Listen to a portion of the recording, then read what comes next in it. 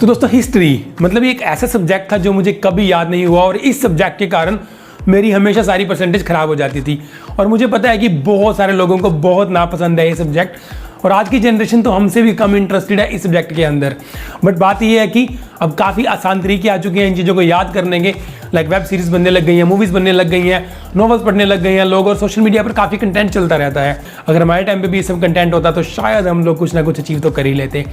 तो दोस्तों जिन लोगों को भी लगता है कि हॉलीवुड हिस्टोरिकल पीरियड ड्रामा बनाने में काफ़ी माहिर है लाइक गेम ऑफ थ्रोन्स, आप बिल्कुल सही हो, इसमें कोई डाउट नहीं है कि हॉलीवुड काफ़ी आ गया इन चीज़ों में। बट बॉलीवुड भी कभी इन चीज़ों को सीखने में पीछे नहीं रहा। वो बात हो रहा है कि घर की मुर्गी दाल बराबर, फिर चाहे कोई भी कंटेंट हो हमें वो गले नहीं उतरता। बट अगर हम बात करें मूवीज़ की तो पद्मावत, बाजीराव मस्तानी, ये कुछ ऐसी मूवीज़ हैं इंडिया की, बॉलीवुड की स्पेशली, जो स्टैंड आउट करती हैं एज अ हिस्टोरिकल ड्रामा और हिस्टोरिकल पीरियड ड्रामा। तो ये तो थी बात मूवीज़ की। बट अगर हम सीरीज़ की बात भी करें तो बहुत हो चुकी थ्रिलर, बहुत हो चुकी मर्डर मिस्ट्रीज, बहुत हो चुका ड्रामा। अब यहाँ पर हिस्टोरिकल पीरियड ड्रामा की बात आती है जो इकलौता ऐसा जॉनर है जो अछूता रह गया था बॉलीवुड से। तो अब बाजीराव मस्तानी की ही असिस्टेंट डायरेक्टर मिताक्षरा कुमार लेकर आ रही हैं डिज्नी प्लस हॉटस्टार की वेब सीरीज द एम्पायर।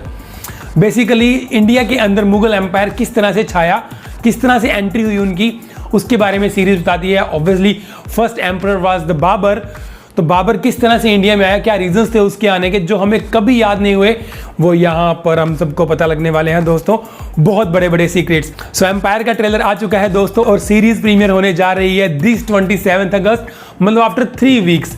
तो बहुत लंबी चौड़ी गेम नहीं है यहाँ पर, बहुत ही जल्दी हमें सीरीज देखने को मिलने वाली है। और अगर स्टार कास्ट की बात करें देन कुणाल कपूर एज बाबर, दृष्टि दामी उनकी सिस्टर खानजादा के रूप में और बाबर के बेटे हुमायूं के रूप में आदित्य सील, शबाना आजमी बहुत बड़े कैरेक्टर के अंदर देखने को मिलेंगी। Dino Morea as an antagonist जिनकी थोड़ी थोड़ी ग्लिम्स मुझे खिलजी जैसी भी लगी, उनका स्टाइल, उनका चलने का तरीका, उनके कॉस्ट्यूम डिजाइनिंग थोड़ी सी खिलजी से मिलती है। बट हो सकता है कि शिबानी खान जो कैरेक्टर प्ले करने वाले हैं दीनू मोरिया, उनका गेटअप कुछ ऐसा ही हो। सो गाइस द एम्पायर एक बहुत बड़े लेवल पर सीरीज होने वाली है। ये बहुत बड़ा हिस्टोरिकल पीरियड ड्रामा हमें देखने को मिलने वाला है। अगर हम प्रोडक्शन वैल्यूज की बात करें, अगर हम VFX की बात करें, अगर हम कॉस्ट्यूम डिजाइनिंग की बात करें, बिल्कुल रियलिटी है सब कुछ यहाँ पर। मतलब बहुत ज़्यादा यहाँ पर बैटल सीन्स होने वाले हैं, बहुत बड़ी यहाँ पर पॉलिटिक्स चलने वाली है और उसके बाद किस तरह से मुगल आए इंडिया के अंदर, हिंदुस्तान के अंदर, ये सब हमें देखने को मिलने वाला है। और इसी के साथ हमें हिस्ट्री भी याद हो जाएगी। कहानी बेस्ड है एलेक्स रदरफोर्ड की एक बुक के ऊपर, एम्पायर ऑफ द मुगल, जिसके ऊपर सारे का सारा ये सीरीज का प्लॉट लिखा गया है और क्रिएटर है इस सीरीज के निखिल अडवाणी। तो सीरीज को हम किसी तरह से भी छोटा नहीं आंक सकते। और ट्रेलर से जो स्टोरी का थोड़ा बहुत आइडिया लगता है वो ये है कि पहले सारे मुगल थे उज्बेकिस्तान में, बेसिकली समरकंद के अंदर, और समरकंद उज्बेकिस्तान की दिल्ली थी। वहां पर शिबानी खान ने हमला बोल दिया जिसे समरकंद चाहिए था।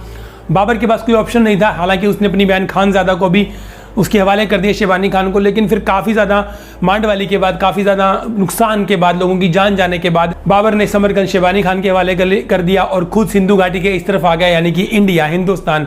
और यहाँ आकर उसने डायरेक्ट हमला बोला दिल्ली के ऊपर, जहाँ उसने लोधी के साथ लड़ाई की, जिसे पानीपत की पहली लड़ाई भी बोला जाता है। उसके बाद वहाँ से वो जीतना शुरू हुआ और दिल्ली सल्तनत पर बैठ गया।